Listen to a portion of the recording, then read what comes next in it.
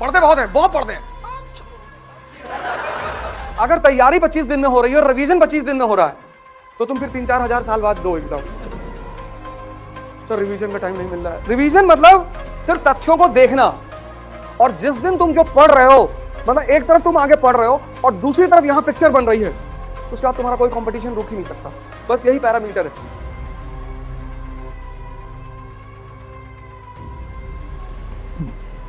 जय हिंद फ्रेंड्स।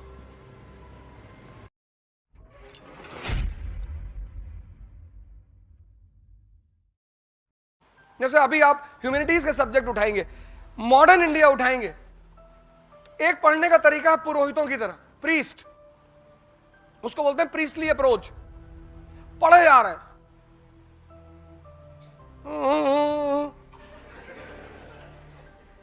पढ़े जा रहे हैं, एक दिन में 70 पेज, 80, 150, 300 मर गए।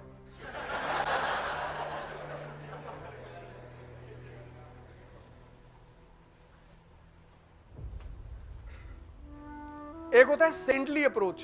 पढ़ने के दो अप्रोच है। एक है प्रीस्टली अप्रोच, आप बहुत पढ़ते हैं, आपको आता कुछ नहीं। अब मैंने कहा ना, दो अप्रोच है पढ़ने के। एक प्रीस्टली अप्रोच, पढ़ते बहुत हैं, बहुत पढ़ते हैं,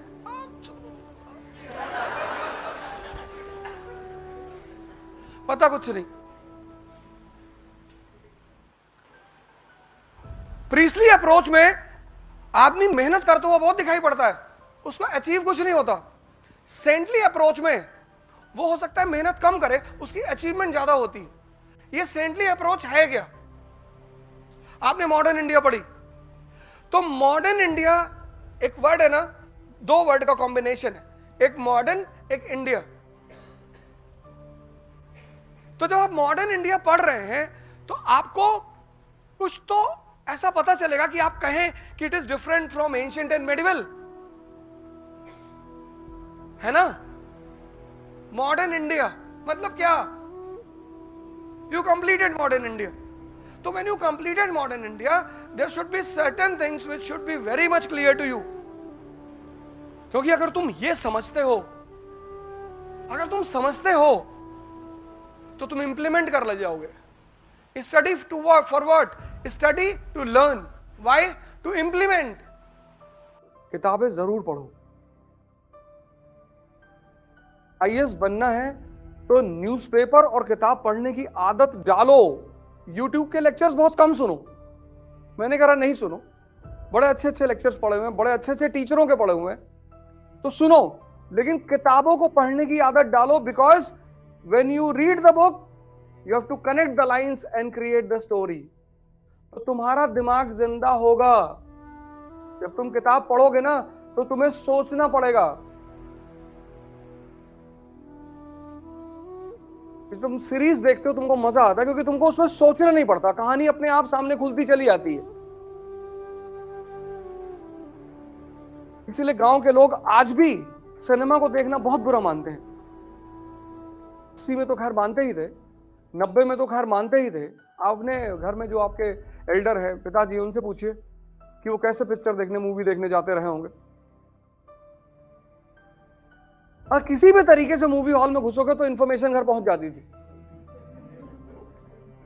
और आज पीवीआर को एक सोशल स्टेटस बना दिया गया है,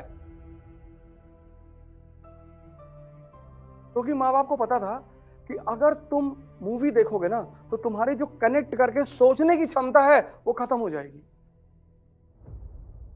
इसलिए किताबें पढ़ने में नींद आती है। तो किताबें खुद से तभी बोलेंगी जब तुम उनसे बोलोगे, वरना वो तुमसे नहीं बोलेंगी। वो बोलेंगी तुमसे। और जिस दिन तुम जो पढ़ रहे हो, मतलब एक तरफ तुम आगे पढ़ रहे हो और दूसरी तरफ यहां पिक्चर बन रही है, तो उसके बाद तुम्हारा कोई कंपटीशन रुक ही नहीं सकता।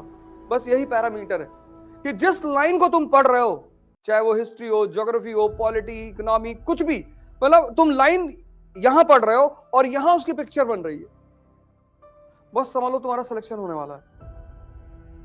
क्योंकि पिक्चर बन रही का मतलब यह है कि डाइजेशन इज गोइंग ऑन, हजम हो रहा है।